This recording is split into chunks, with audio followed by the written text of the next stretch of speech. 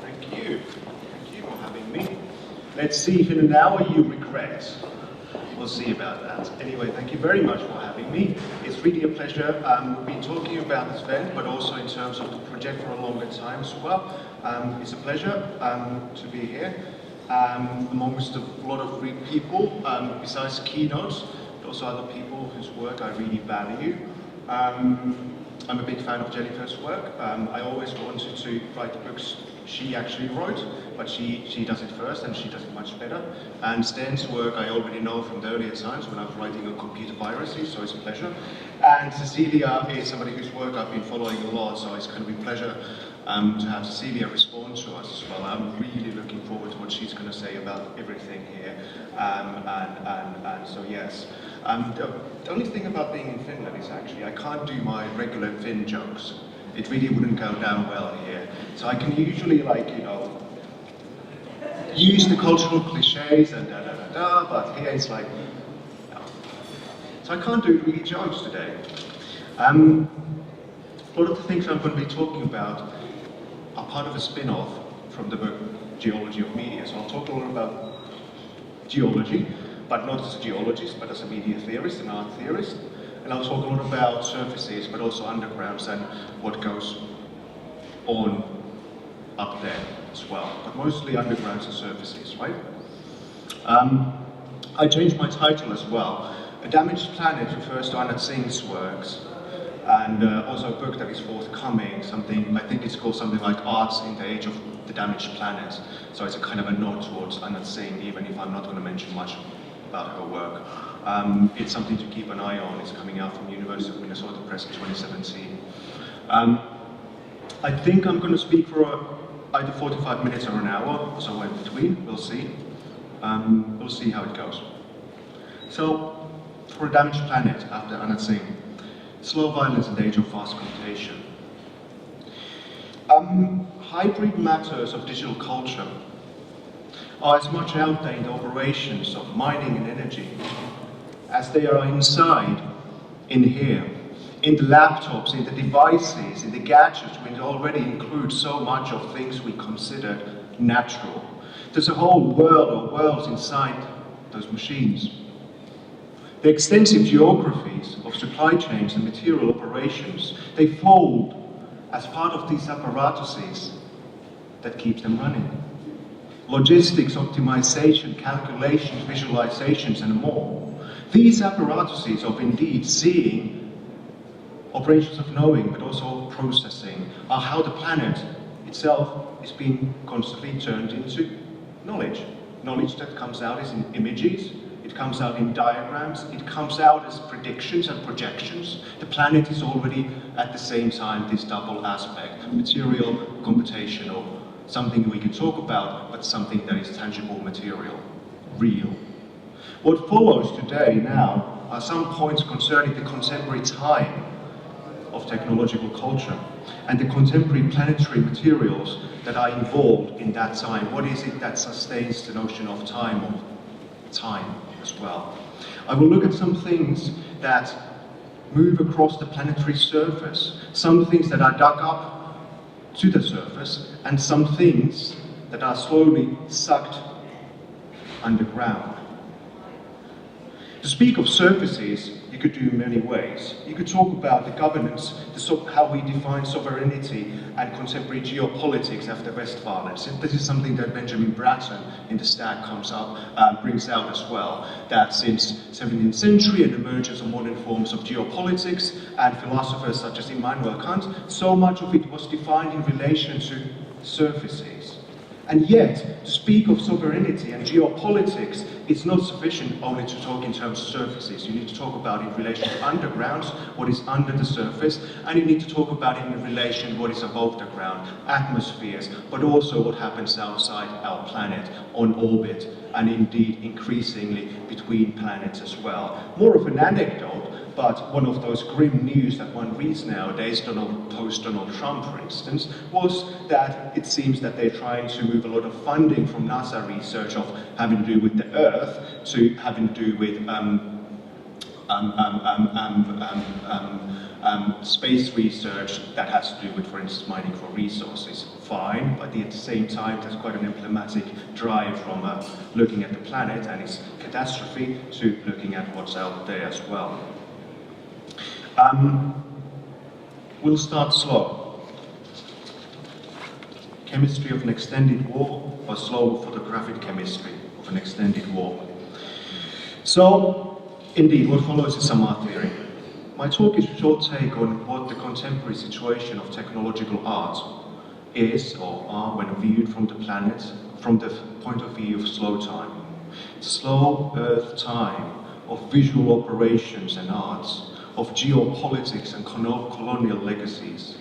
This is not a glorification of something like the slow food movement was at one point. That would be a glorification of slow theory for quick times. But it's a recognition that speed and speeds of digital calculation are involved in also what is the other sort of temporal duration that defines the planetary situation, temporal extension, the slowness of the planetary. I'm interested in how contemporary planetary situations itself is a complex ecology of space, governance and time. So the contemporary, as a term, the contemporary, comes out and becomes this sort of fluid horizon where, for instance, the relevancy of contemporary art resides in at least complexification of the time and place of the assumed now as a long temporal and geographical stretch. This is something I'm in debt to our fellow Danish people in Aarhus and the new series that is with Sternberg on the contemporary, of tying the contemporary art discourses with notions of how do you think time that is our contemporary, right? So this kind of idea of stretching becomes clearest in, for example, elaborating on what the post-studio is in relation to infrastructure. The turn to infrastructure that we're witnessing in art, but also in media theory. Infrastructures, the distributed and effective backbones of technological arts. But the contemporary also comes out as time. Time. One can think of the contemporary as a way to open up the complex entanglement of temporal realities of what constitutes the now as stretched between multiple horizons of time. If somebody thinks that contemporary is about the now, no, it's about these multiple temporalities that coalesce in what we could call the contemporary as a perhaps political horizon, as a horizon of where we are now, as stretched between various times. I'll elaborate that a bit later. One useful term that will pop up is slow violence. Slow violence that forms a particular rhythm of the contemporary that doesn't open to immediate experience, things you can't see but are tangibly part of the suffering of the planetary, the suffering of us, and the suffering especially not us in Western Europe, but other places, the global south. And it forms this kind of a weird background hum to our existence. These sort of terms like slow violence, they bring a different sort of temporary concept into play. Not the usual suspects you find in art discourse nowadays, accelerationism or futurities of various sorts, speculative futures, nothing wrong with that, but I want to address how deep time of contemporary geopolitics as slowness or long durations unfolds. And I'll start by way of photographic art, even if, anyway, I'll make. So, firstly, two images of time emerge. The explosive energy that is released by weaponry and the slow violence that ensues. Sorry that my images are a bit crappy, as usual. So, as part of the selection from the third and fourth Çanakkale Biennale, Güven İncirlioğlu's, Turkish artist, Güven İncirlioğlu's installation piece, Her Taraf, No Man's Land, from 2014, is many of the art and cultural commentaries about the Gallipoli campaign, also known as the Dardanelles campaign, that took place on Turkish soil during First World War, approximately 100 years ago. The events have been commemorated over the past times on many occasions and by many institutions, from official governments to universities to cultural institutions, etc., etc. The war has been told through so many stories and in so many ways. It's been a story of Europe and its breaking up. It's been a story of geopolitical shifts, of ideologies and after effects of ideologies that defined the 20th century. For historians of media and technology, the First World War was also a mass mobilization of what then became new technologies that defined the 20th century in so many ways, including the wristwatch, different solutions for wireless communication that were mobilized as part of the war operations across fronts, the media connections that were important in military operations, but that also started to enter around that time, early 20th century, the domestic life. But there was also other sort of technology that emerged around that time in a new form. The technologies of chemical warfare that were employed on the European front so effectively. These also formed the backbone of the pesticide-enhanced agriculture of the 20th and 21st century that we're still living as part of that legacy of war becoming agriculture. Many of the military operations and events took place on the outskirts of what we call nowadays Europe, including Turkey and the Ottoman Empire.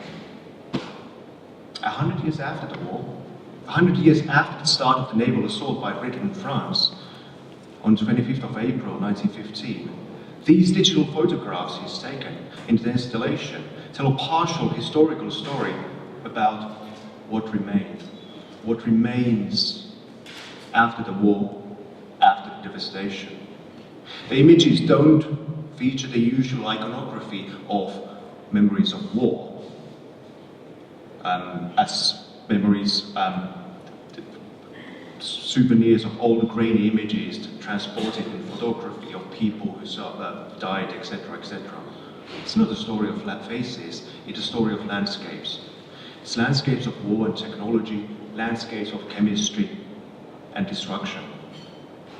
The photographic installation itself is a sort of a mini landscape that occupies one wall of the depot gallery when it was on last year. The images do commemorate the First World War as an event of technological warfare of massive ecological scales. But it also becomes clear that the commemoration works in alternative ways. It is less a celebration of Ottoman success than a subtle sort of a monument that entangles social history and natural history. Some people would call this the story of the Anthropocene. It also acts as a conglomeration of different times, different registers of time. The distancing from the nationalist narrative that one sees nowadays in, for instance, contemporary Turkey as well, is rather measured as well. But the temporal politics of the images works differently. Enhanced by the silence that is surrounding the digital images in the depot gallery in Istanbul, his piece is described as a commentary on the two times of human life and the time of nature, as the accompanying wall text informs. A usual historical narrative builds the memory of the war around the 100-year milestone that we are now commemorating, 100 years from the events. But the piece reminds of the multiple ways of narrating and recording time. Not a passing of time, but a slow chemical sedimentation of time. What if time is not passing? What if it sediments? What if it's still with us? It reminds how time is not merely passing, but it's a milieu. It's a milieu of multiple ways of accounting for time in the midst of human and non-human events. Time stays. It expresses a landscape of time, but not a landscape of the usual mastery through which we have been accustomed to think of nature in art history. It is a landscape we're very much involved in. The one that is our soil, the one that is depth of our technological culture. So the title No Man's Land, and don't worry, I'll move on from First World War, but there's a reason why I'm doing this.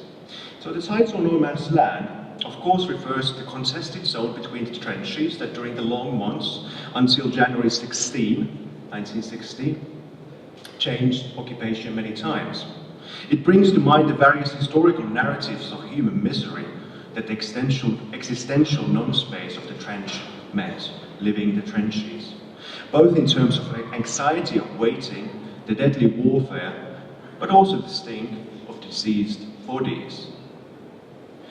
In terms of theory, and photography as well, and art discourses, for material stories of the war, writers have for a long time addressed bunker archaeology as the architectural legacy of the Blitzkrieg and many other operations, and the more that transformed into concrete aesthetics during the Cold War that still lingers on in the port and other towns bombed down during the latter part of the two world wars, and replaced by brutalist building blocks in many of their central quarters, the bunkers that stayed, the bunkers that were built.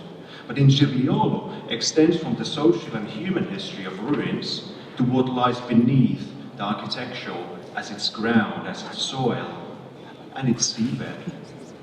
The photographic installation talks of the invisible chemical traces of dead bodies, body parts, barbed wire, gun shells, mines, dead trees, dead flora. A natural history of the intensity of the war that was back then localized in Çanakkale, but one that seems to find its own way across the planet. So the geopolitical aim of landing to Turkey through Çanakkale to reach Istanbul, of course, never succeeded according to the plans, partly because there were very, very, very bad intelligence operations by British troops. But the geopolitical legacy, the geophysical legacy of this warfare in the age of advanced machinery left a concrete trace in the soil. So the meditation, the works, it's not merely about that particular piece of land only. You wish. The landing site and the territories that formed of trenches and the blue waters giving way to the warships that connected the supply routes, the distant ports in England and other places, many other operations that were made possible by logistics. It also includes a rather grim global perspective, and now it becomes more familiar. The artist continues by way of a short biospheric meditation of technical war, and I quote his words. Today, it is possible to say that the global state of war also encompasses the biosphere, and it has been going on for a century. So he continues referring to the annihilation of masses in Middle East, in Africa and Asia, an extension of the continued war. On the other hand, also the total destruction, these are his words now, by the way, I quote, total destruction of human habitats, rivers, forests. The biological mineral world is being processed by the neoliberal policies worldwide. In this context, today's Istanbul's northern forests, quarries, African gold mines, vast territories of fracking in Canada and in other places, all other sites of destruction resemble the scene of no man's land. So, the story that was told was actually not about commemoration of a war that once ended, but it's a war that never ended. What if the war never ended? What if the war is still on? Not merely in the way in which nowadays theorists, for a good reason, are talking about the extended, never-ended Cold War that we're still living, but what if even the First World War never ended?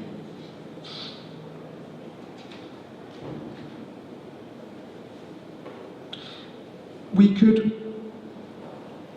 talk about this war that facilitated this entry of new sorts of technical forms of control and regulation and production of chemicals and more. And of course in that theme, because of this continuous Cold War as well, defined by territorial claims, energy wars, realpolitik of terrorism, and the terrorism of security services, entangled with geopolitics, movements of biomass that expresses itself as the human suffering of forced refugee movements. Nowadays, one could easily continue to speculate, what is our no man's land? Which is no man's land because of the lack of legal responsibility. The continuously shifting but yet unfortunately persistent battlefields of Syria and Iraq are good contenders for our contemporary no man's lands. Some of them already since the earlier wars, since 1990s, devastated by the depleted plutonium ammo that was used by the Allied forces, that had a devastating effect not only on the people but on crops for years to come. But similarly, one would be tempted to name the Mediterranean seabed as one such place of no man alive. So this kind of refers back to earlier comment that was made about geopolitics as well. One piece, and again it's a crappy picture, I'm sorry about that, but at least you'll hear tiny about it. One piece that was on at the just finished Istanbul Design Biennale highlighted this sort of idea of the no man's land of the Mediterranean particularly well, and made me realize this connection as well. The whole room-wide piece by Thomas Keane and Zohre Mohebi and others, called It's Obvious from the Map, offered a visual representation of basically key current migration routes with small boats, and actions by the migrants of creating maps that offer them a path of survival, right? So these maps by refugees, of course, can be also read against the official maps of state and interstate agencies, the governance of Mediterranean, including the military presence at the Mediterranean, which also reminded or brought to the fore the strongly implied intentional neglect of migrant vessels that later disappeared as in sunk, with the hundreds of thousands and thousands of bodies as the current chemical trace as a testimony of this international crime that is continuous, a crime that is committed by international bodies. What they were able to basically show as evidence, and this is interesting as a way of mapping things, but also in terms of themes of migration and its relation to geopolitics, is that the Mediterranean is completely known. It's full of military sensors, it's full of military presence. You know exactly where a boat is, and you know when it's sinking. You can show where a boat was and how it was deliberately avoided by military vessels, right? So who needs the earlier world wars as stories of horror and horrific murder? Because we're still living in this state of designed crisis. So the sort of war, and I'm really sorry, I'm really apocalyptic usually, I get people depressed. Yeah. The sort of war we are addressing doesn't lend itself to easy stories of ideological oppositions, but it lends itself to a complex network which entangles strategies and tactics with environmental realities and the finitude of the world of energy and materials. These sorts of wars are indeed geopolitical in a fundamental sense of geos, and don't involve just the two sides of troops in the trenches as well. It moves the focus from human actors only to soldiers, and from soldiers and tragedies of personal and family, to also the scales of soil, the ground and the air, an elemental tragedy that is the backdrop in which the drama of the Anthropocene might unfold. It is also a tragedy that comes out clearest when it's really slow and perceived in its slowness. So the concept of slow violence comes from Rob Nixon, and it's an excellent reference point for the theoretical elaboration as to the environmental impact of colonialism, global corporate operations, and as well as the modern warfare that cannot be statistically summarized in terms of the official casualties, but needs a different sort of a temporal framework to reveal its long-term impact. These are some of the big images, are just background images. Slow violence refers both to the realities of chemical and structural violence in different colonial and post-colonial conflicts, and it also refers to the narrative ways in which to make this slow violence visible and accountable. Nixon refers to the necessity to apprehend this sort of a slow reality, and I quote, whether it happens on a cellular level or whether it happens on a transnational scale, planetary scale. And he asks how to extend the cognitive but also the effective frameworks or capacities of talking about that what lies beyond what we perceive, as something that is indeed so slow that you can't perceive it, but it has a reality as well. Something that escapes the first-hand sensory, but yet at the same time is completely there, part of us. How does one speak of slowness especially one that registers slowly as psychological and biological torture or damage by way of accumulated chemicals, toxic soil, mental disorders, etc., etc. How do we address this by way of visual culture and art methods, for instance, that needs to attach to multitemporal notions of time? Who gets to see and where from? So we can call this slow technological violence of war, but a war that is more general than a war between people only. It is the soil, nature, the chemical residue that stayed as an active archive of violence, and the chemical immeasurable pollution that keeps on dispossessing over certain human groups, as much as various species in the biosphere in this extended warfare. It relates to the extended environmental impact media technological materials of their materials as part of the supply routes and processes of fabrication as well. The computerized realities that measure the planet are of the planet as well, and this involves a story that is not merely about technologies, but the thing that makes technologies technologies and makes them work. Rare earth minerals, other earth materials that need to be refined for their usefulness as part of the production of electronic objects. Inside the electronic, one discovers the planet again. My second section is on paleotechnics, short section. And for those of you into art, I'll return to art later. So moving on from chemistry to the ground and underground, geophysical issues have an effect in how we understand technological culture. You say technology, I say geophysics. That's how it works. The way we visualize, map, and offer an aesthetics of the contemporary starts with an acknowledgement of the various geographies, right? In geophysical terms, this awareness of the multiple ways in which minerals and metals and other things travel, literally, they migrate, are part of this transport system. That is the planetary conveyor belt. The planetary conveyor belt, a term that I use from unknown fields division that I will return to later. That is part of this slow violence, slow media violence too. So as somebody who does media theory, when I say media violence, I do not mean the images and cries of abuse on screen, but the images and voices off screen, as part of the long trails and travels of materials, violations having to do with labor, but also violations of the planet. An interest in infrastructural studies has re-emerged over the past years, and it's been very good in facilitating a discourse about this aspect of contemporary issues about technology that extend to, indeed, infrastructure, but also it raises the question of what is the infrastructure of technological arts as well, because it's part of the same planetary conveyor belt. So works such as Lisa Parks's, Nicole Starosielski's, Ned Rossiter's, they talk about these labor realities, material realities, in which any discussion of technological arts also should be talking about its infrastructure, right?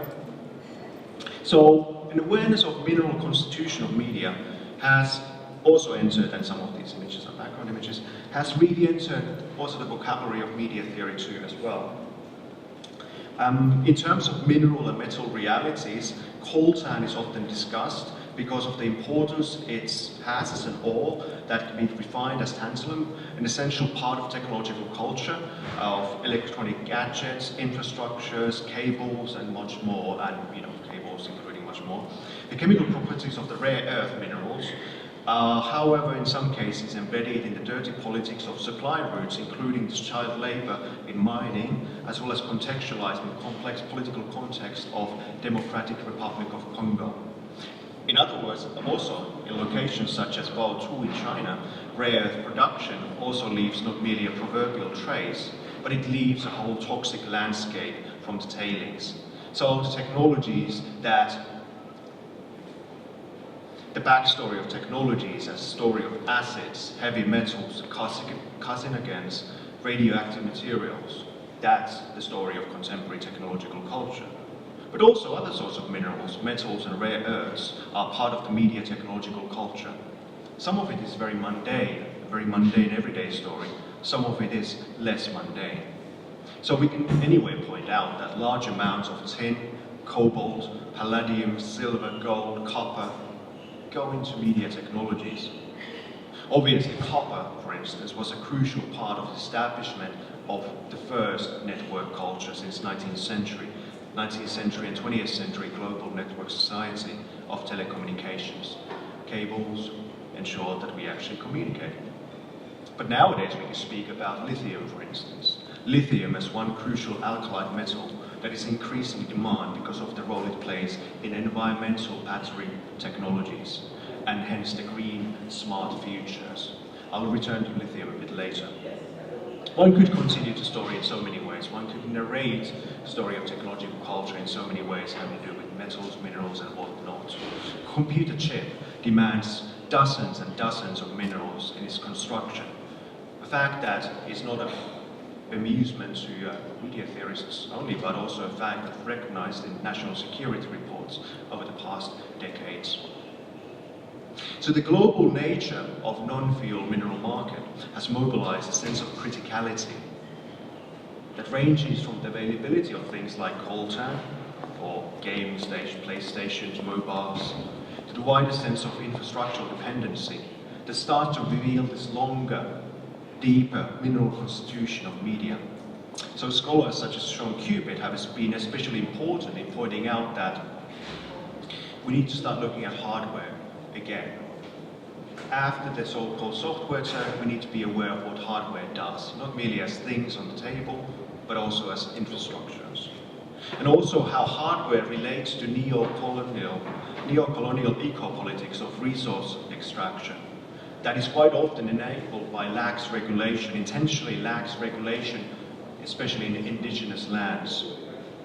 And we can continue that line of thought to speak of geophysics of media technologies as the true geos of geopolitics. So, me as a historian, I like to tell historical stories, quite bad historical stories, but still. The massive change from the primary reliance on a couple of key materials just over 100 years ago, when most of things were built with wood, brick, iron, copper, gold, silver, and then 20th century enters plastics, right? This has been complemented by the meticulous production, refinement and standardization of a variety of minuscule elements, not least minerals that are crucial for the microchipped technological society.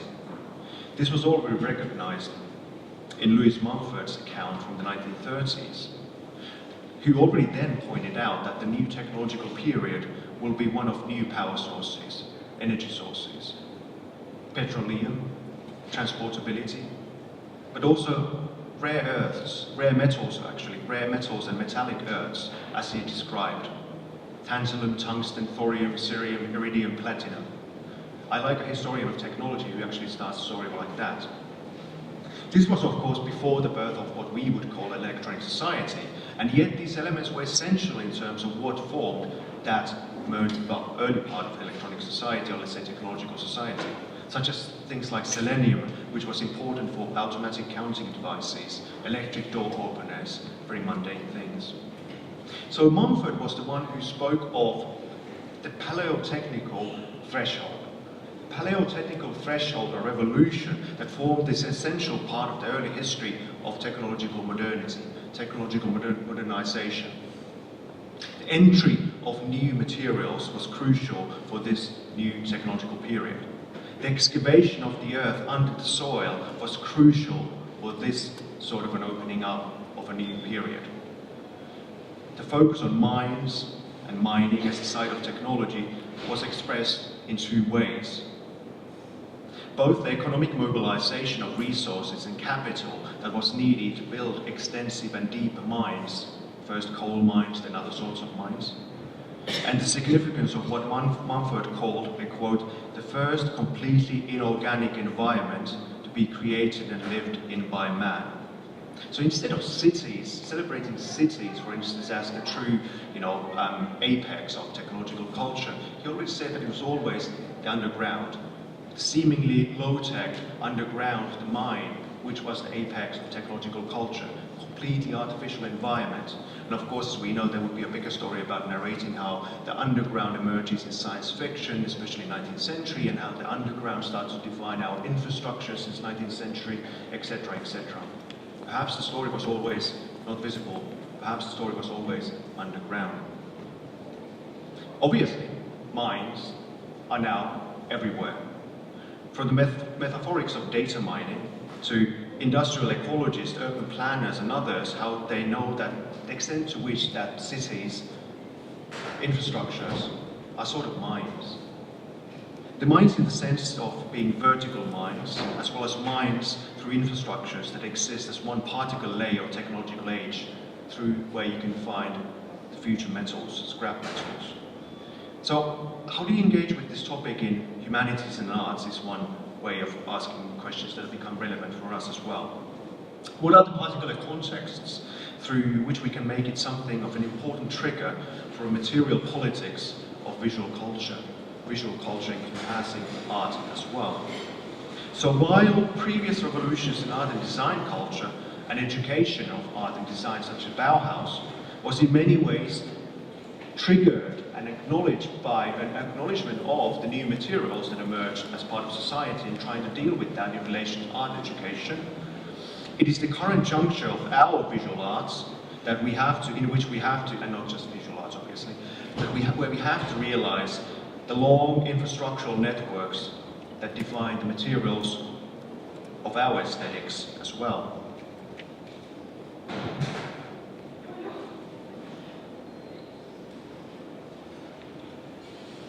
I actually lost track of time, but I'll promise I won't go over time. Here comes the A word. Anthropocene, I mean. I'm sure you were wondering for a second what this was. God, he's talking dirty now. Now, the A word, I don't usually use the A word. I don't like the A word, but it's handy. So, this is the last section, so we'll see how long I'm going to go on for.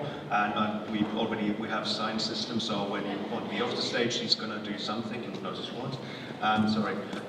So in the last section, I'll talk a tiny bit about visual arts, visual media arts perhaps, and let's say very briefly, returning to questions that we earlier already talked about, that what is the significance of art in this whole mess, or dystopia, or whatever you want to call it.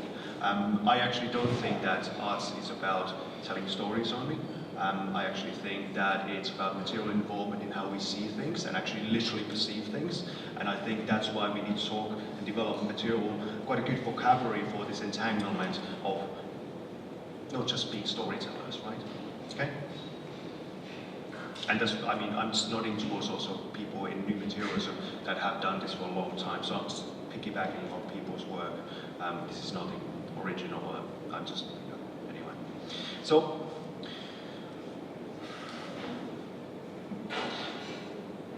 in the book, Art in the Anthropocene, Heather Davies and Etienne Turbin outline three important angles through which art can offer a deep understanding of issues of aesthesis, of experience, and of technology in this context. So paraphrasing their words, the Anthropocene engages also already directly with the sensorial, not just merely a second-order story that we tell about the world, but as actually concretely upon the sensorial. As, I quote, the experience of living in an increasingly diminished and toxic world, reality we have, where there's air pollution or where there's other sorts of toxins. And in addition, they also talk about the involvement of various visual and media technologies in defining the situation, not merely in the sense of like, again, representing it, but actually defining it as knowledge to us. How data visualization works, how satellites work, how various other sorts of forms of sensors work, like we heard in the morning as well. These are very direct involvements in understanding what the planet is in terms of movement, in terms of complex ecologies, in terms of interactions across species as well, right? I think Jennifer's work is a really good insight exactly to why aesthetics is not merely about art as sort of a second order story about it. It is already about the involvement in that story as knowledge about that story that acts upon on our sensorial registers very directly, right? And these visual and media technologies that become planetary, while also they add a third important function by way of reference to Anna Tsing, like I used as well. Art can provide ideas, but also affects and experimentation with the realities of living in a damaged world. Furthermore, it comes out in an understanding of what are the alternating new materials, old materials, new materials, in which art and design culture works. To quote Heather Davis's summary, and I'll read it aloud as well, from the extraordinarily beautiful colours made from tar for the World Exhibition in 1862, to the London smog that inspired Monet, and it wasn't only London smog actually, as we'll see here, and other impressionists, to the trash vortex, the largest water architecture of the 21st century. The reshaping of the earth by humans has also meant the birth of entirely new colours, new aesthetics. As an interlude to the quote, this is really bad of me, never do this, never do usually what I do. So as an interlude to this, in another context I've spoken about the depletion of the ozone layer, and hence the increased UV radiation that we very much know about since more or less 1970s as an art historical period. Why? Because it's a concretely different balance of light, UV light on the planet. It's an art historical period that registers on your skin, not as aesthetic experience in the usual sense, but as cancer, etc., etc. UV, this sort of art history of the planetary disaster we're living, right? Anyway, so on with the quote. So the aesthetic effects, as synestheses or effects produced by our sensorial experience of the environment, have been entirely reordered by the presence of plastic. So the use of the term plastic arts was first developed in the 17th century. Until the invention of the synthetic polymer that we have come to know as plastic, the arts held virtually monopoly on artifice. Now it's chemical engineers who remake and refashion the earth, and that's the challenge for the arts as well. It's clear, indeed, that I'm not the first one to talk about visual culture of the Anthropocene. The theoretical vocabularies from environmental studies have had to meet with post-colonial and feminist themes for obvious reasons, but also new materialism of the chemical and technological and other worlds as somehow participating in how the world is rather literally formed and reformed. Of course, many artworks, such as photographic art by Liolo that we started with, doesn't even use the A word explicitly, Anthropocene. But it does attach to similar themes that have to do with extended slow wars or slow temporalities or multiple temporalities, different temporal scales for the planetary situation, as stretched between the speed of microtemporal calculations of the computational planet and the slowly sedimenting effects and impact of various other sorts of violence. Hence, these approaches to this multitemporality of technoculture and art is one way to continue what in art theory was initiated, or at least articulated by Peter Osborne, about contemporary art as a mapping of the site of complex temporalities and a disjunctive sense of now in which we are living. So basically what art theory introduced as the contemporary of map complex realities of our sensorial regimes, extended to infrastructures, technologies, and this sort of environmental context as well, which of course would then lend itself to a discourse relating to environmental art, for instance, and many things we're doing here today and tomorrow. But this now is, of course, this question of the now, what is the now, what is the now in terms of the contemporary, is also complemented with the question of where. Where is this now? When is this now? That we need to be asking constantly as well. Referring to multiple levels of time that are asynchronously present in contemporary moments in different places as well. Also Nicholas Mirzoev has offered an entry point on what we could call an art history of the climate disaster we're living in, an art history of the climate disaster. Mirzoev starts from the difficulty of visualization of these massive scale situations that range from the lithosphere to the atmosphere with specific relations to political and economic issues. Where is then the visual angle that is both the product and the aesthetic condition that captures the spatio-temporal complexity. What is the visibility of the slowness? What is it as a condition, and where do you find it? He writes how, I quote, "Visualizing is a task first defined by 18th century military theorist. War returns." So many of the colonial forms of power, as well as the modern conquest with nature, relied on measures that ensured that there was visually nothing, that the world did not exist, as if it did not exist. So basically, the invention of these places, of indigenous nations, of places inhabited by indigenous people, as terra nullius, as nothing there, empty land, and the wider sense in which non-human world was also invented as a res nullius, there's no humans, there's nothing there, was part of this militarized way of seeing the planet that emerges with colonialism, and is part of the way in which space can be captured. The ways in which visual powers and military powers worked so closely together as part of economic powers, as part of the long story of resource extraction. Such nothingness that is not the Heidegger's art theory nothingness being a nothingness, but the colonial nothingness, invention of nothingness, was the landscape devoid of humans, if by human you mean the white face of the colonial administrator, the priest or the soldier. But the res nullius, the thing that relates to the wider context in which we have to see how the land, the earth, is constantly produced by various ways, various visualizations, some of them relating to geology directly, some of them indirectly, and some by way of art historical detours. So Merzo's way of revising or revisiting some of the most talked about canonical pieces of art history, such as Claude Monet's impression, Sun Rising, is actually quite helpful.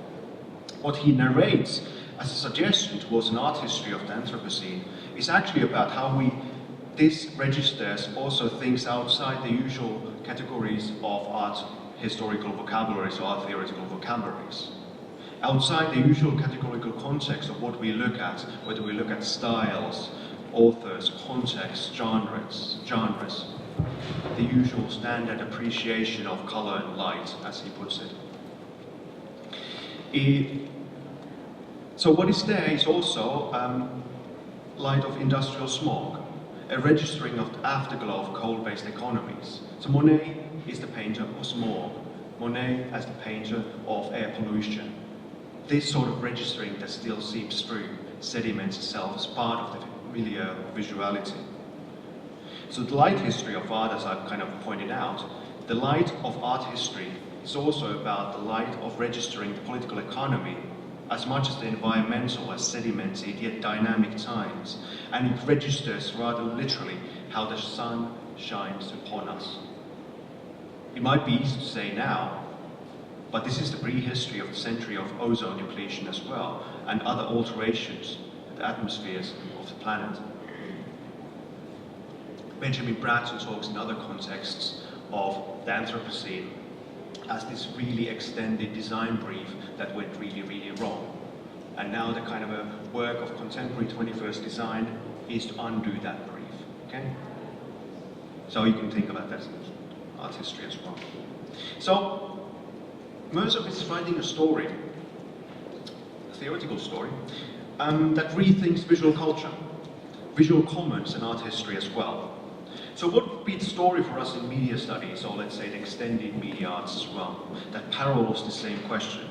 I tried to do a bit of this in Geology of Media book, where I kind of I don't think of it as a book where I kind of write about art or artists or art projects, but I kind of try to entangle my theoretical development in relation to how art perceives the world or entangles itself with the world. So it's part of this sort of a, like say, more, one's tempted to say, interactive involvement, but there's something more to it as well. So I write with Trevor Paglen's work, but also Gregory Chatonsky's work, Keith Patterson's work, Martin Hauser's work with Jonathan Kemner, Ryan Jordan, etc., etc. But also I kind of, ever since I've also written a lot with in relation to unknown fields divisions and their research and design journeys that are organized by Kate Davies and Liam Young. More in an architectural and design context, but I believe relevant. I just need to check where I am. I wonder how long I should take.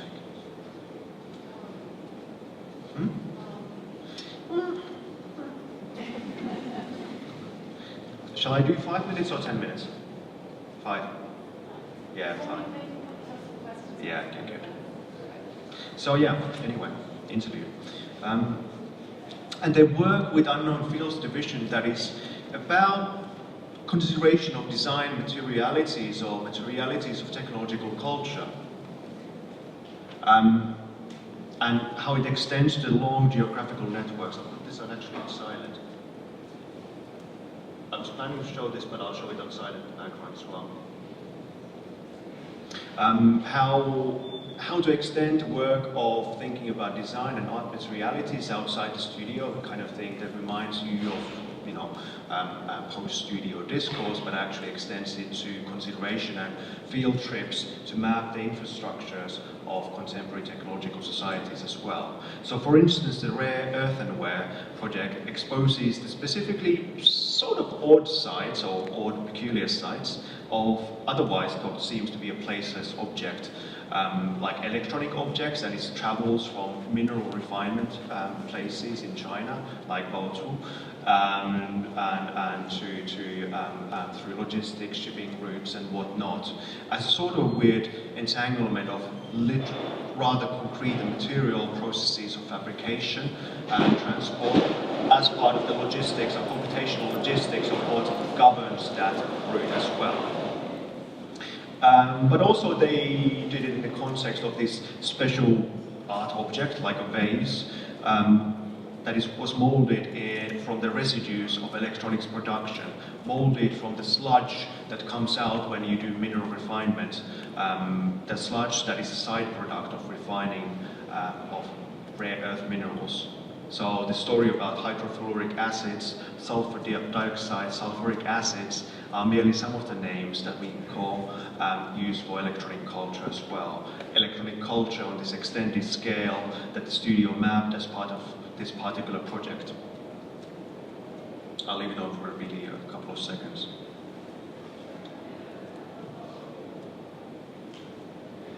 The sludge could be a horror movie.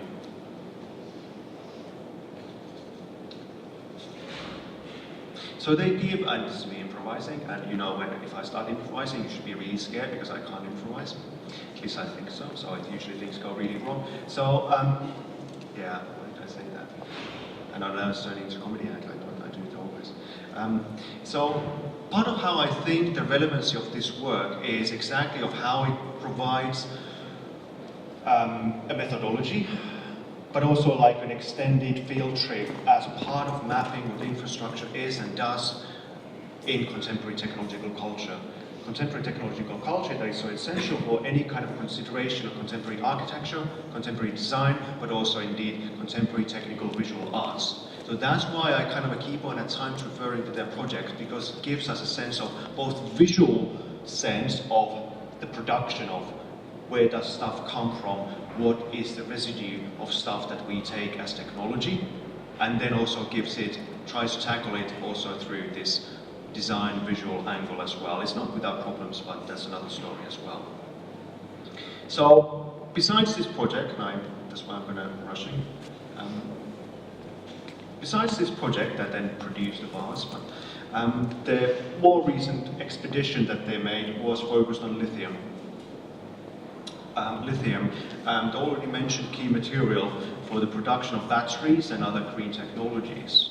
So Chilean mining and Bolivian resources of this precious metal, that's sort of audiovisual, that's the backbone for the audiovisual and narrative culture as well. And it also forms a focus for this sort of a 15 million year slow exposure from the inside of the Earth, and now becoming such a crucial part in terms of thinking environmental futures as well. This sort of a slow unfolding, which again comes with a lot of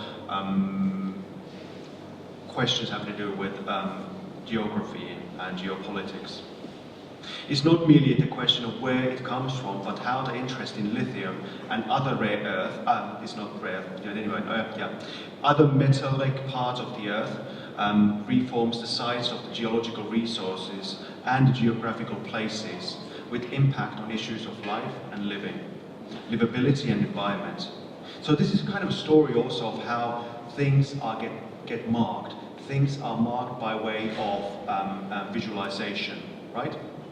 Sites are becoming indexed in relation to the main resources, whether that's oil and gas or silver and lithium.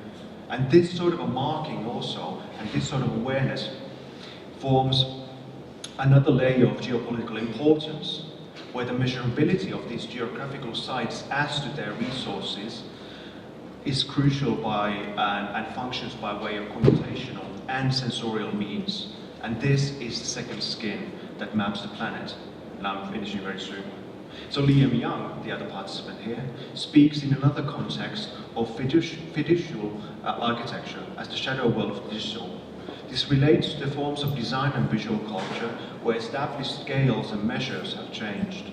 It relates to scales that are not established only in relation to the human body and what we perceive. He speaks of the fiducial, I don't know how to, I come from, I've got some kind of block in my brain. And it takes the place of the measure. It's a recognizable marker placed in an environment which is used for calibration and navigation. And but that is not anymore the human. Importantly, this marker is not indeed of human scale only, but more about the various combinations of computational ways of optimizing and managing the Earth, a governance of the Earth. This interest, and these are images from the lithium excavations, this interest ranges from the container traffic to data centers, Amazon fulfillment centers, mining excavations, where, I quote, computer models of mines are now linked live to fluctuations of metal prices on the stock market. This double aspect of different times, of the slowness of the Earth that is ungrounded, and the quickness of those predictive measures that relate to financial capitalism. Even the most seemingly non-technological landscapes participate in models of computational capitalism, the C word. It surely is an odd mix. The sort of a slow violence we started with, sort of a slow violence and the particularly accelerating technological measures that drive the transformations of the planet, it's an odd mix. It's a mix of times and speeds and ranges across so many hybrid matters as well, from geophysics to chemical manipulations, from computational platforms to the ways in which we might see this planet unfolding. And I can't emphasize how much I mean the word see, as in the visual production of the planet that is taking place. Thank you.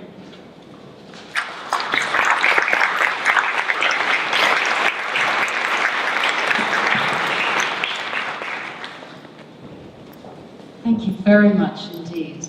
And so, let's have some questions.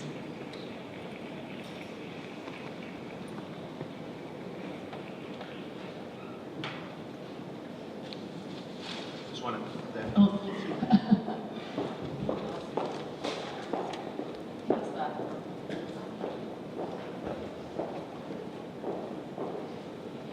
Thank you for the great presentation. Sorry.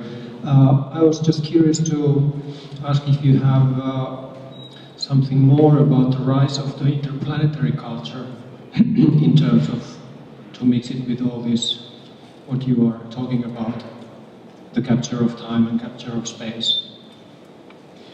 Yeah, exactly. In terms of, for instance, meteor mining and stuff like that.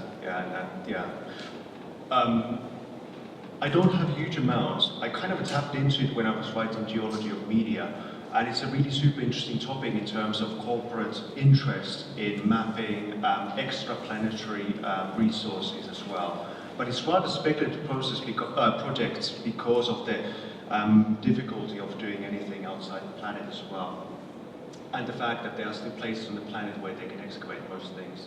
There's the interesting corporations that have links to key Silicon Valley corporations that are looking into it, and probably the ones with funding as well. And now the kind of a very early news about Trump saying that the priorities of NASA should be not towards the planet anymore and Earth science, but actually looking at resource extraction outside the planet. I mean, it's not even resource extraction only, but like it's more to outside the planet in a way it's focusing as well. Yeah. You will find really interesting projects. What I'm kind of interested in are the corporate ties as well in terms of how it works. And yeah. No,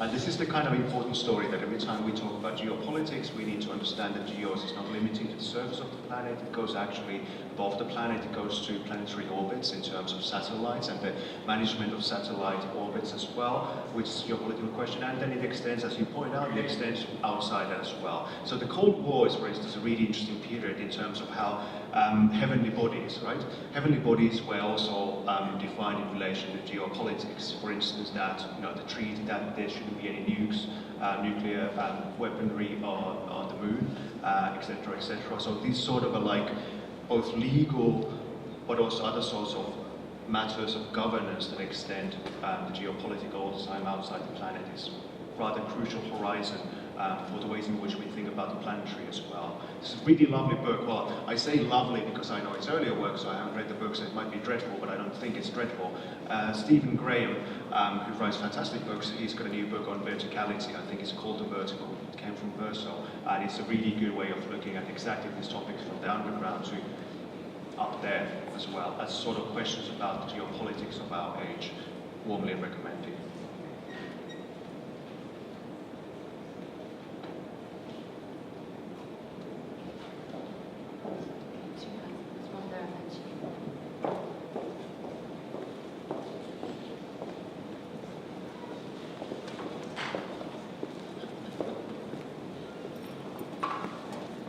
Thank you for the talk.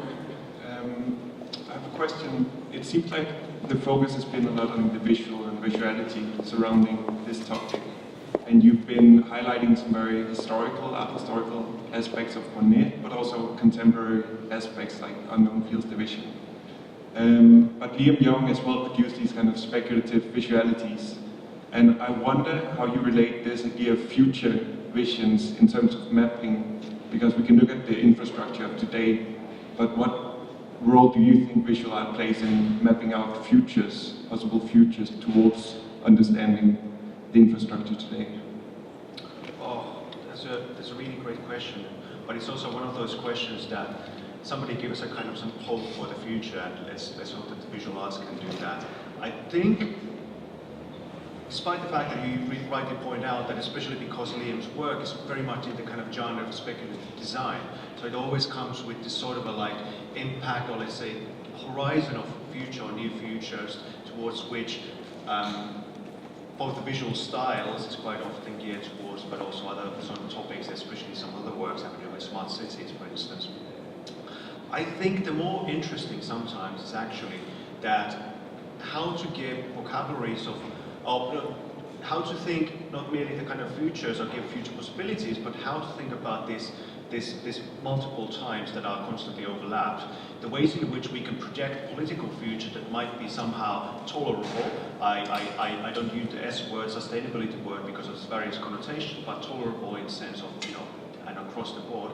But also how to link it with these other sort of durations that are very, as I think Sten mentioned as well, that there's these realities that are not very, they don't care whether we think about them or not. These sorts of realities that define the planetary situation.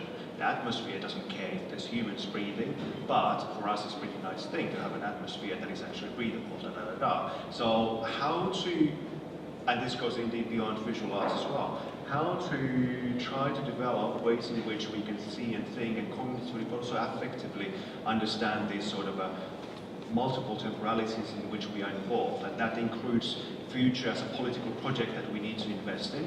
And it's not merely a future for us, and that's a key thing. a discourse that emerges around the same time, I mean, not at the same time, but a discourse that is related to, for instance, to Trump things, but also in other contexts as well, is that we often speak of we, but we're not really saying who we.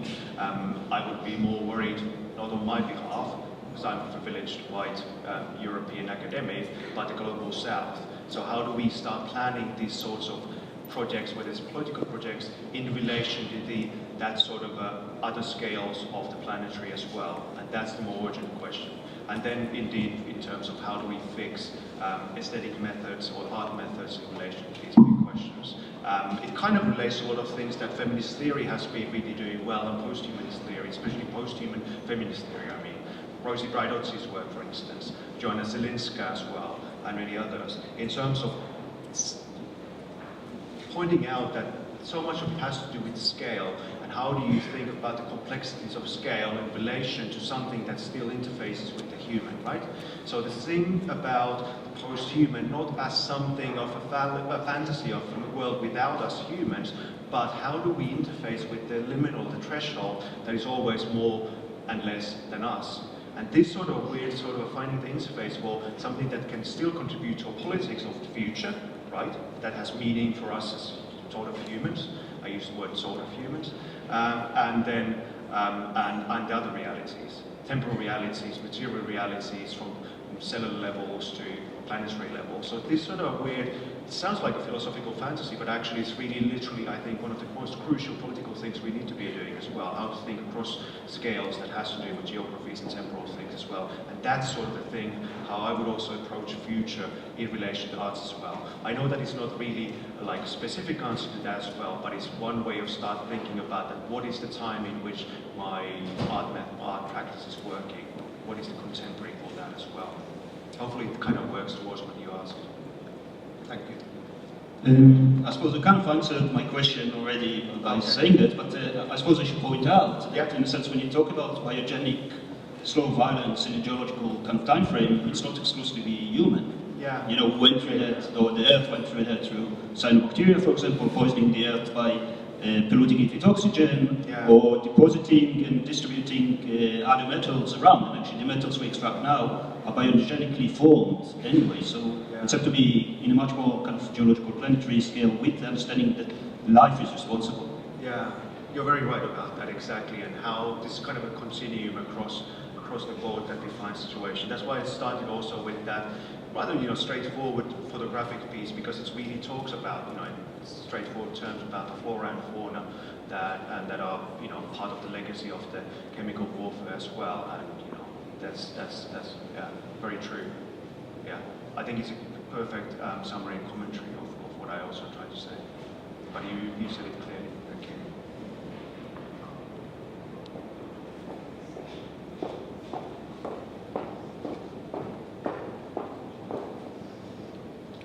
Thank you. I also enjoyed the travel here, the journey brought us on. I have a question because my sense is that you understand communication and press and media and what's going on with power and the narratives they work. See, one thing that I would like to, it's a very practical question. What is your perspective on how we can get a more honest conversation about the real issues? Because all these things you have mentioned, they have a very little stage in the public eye. And I think that, I know we can't go back to the old days where we had state monopolies of the medias. But as the media has been privatized more and more, the public media is forced into being popular. I mean, doing crazy things that just as well could be done by commercial media. But how can we have a democratic conversation about these things? Yeah. What I think this is a really challenge, and I think that you guys may have some ideas about how we can do that. Yeah, you're right. I mean, and I completely share as well in terms of that it's the urgent question in relation to the environmental disaster we're living and the various other disasters that are linked to it that might have to do with things you mentioned as well, in terms of economy, etc., etc. But it's also a way in which we have to try to think, and I don't know if I've got the answer, but it's it's that sort of thing about post-truth you mentioned as well, right? The thing is that it's not that we don't know. We actually know a hell of a lot. And we kind of even rationally know a hell of a lot. And rationally, everything that scientists from your field to environmental sciences to various other models are saying, they're clearly, let's not kid ourselves, they're clearly the main thing to do, right? But that's exactly where the disjunct happens in terms of like, much of contemporary politics doesn't really work that way anyway, and that has been so many ways emphasized over the past years by way of British, dismissal of experts, and to what happens in the US and other countries as well.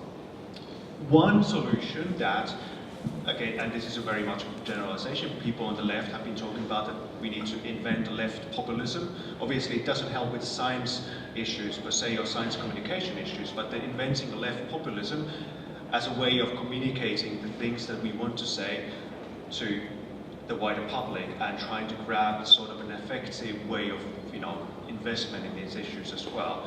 But that's not really, of course, a solution in terms of the science policies and politics that need to be addressed. I think it's more of a question of where, partly probably in terms of capturing imaginaries and capturing affects and trying to kind of convince the case and prove that. But there's also so much in terms of that it's not, to be honest, this thing, let's not kid ourselves also that art is not the only thing that we need to save the whole bloody planet, right? Or the democratic process. It also needs a fundamental reform on so many other political levels as well, and that's where probably a lot of questions lie. In terms of arts or humanities, you mentioned that one thing would be to offer meta-narratives. I'm not dismissing that, I completely agree. On top of that, we need to understand the other realities through which art and humanities works. But the narrative bit, or let's say the imaginary bit, is really useful perhaps as a way of trying to find populism that would actually be based on really radical democratic values. The thing that we took for granted for a short while, suddenly this now seems to be so weird that people actually will want a democratic society based on not private ownership of media or private ownership of a lot of infrastructure, etc., etc. Perhaps this sort of a populism needs to happen as well, and this might be where some of the things that humanities can also contribute to that. So it's true, and this is where things that increasingly universities are not very interested in hearing because they're their own economic ties and their various priorities, but that's another story. Depends on the university system. I'm in Britain. Yeah. Thank you. Thank you very much for all of your questions, and we're now going to have a short coffee break and then we'll return at 3 o'clock. Thank you.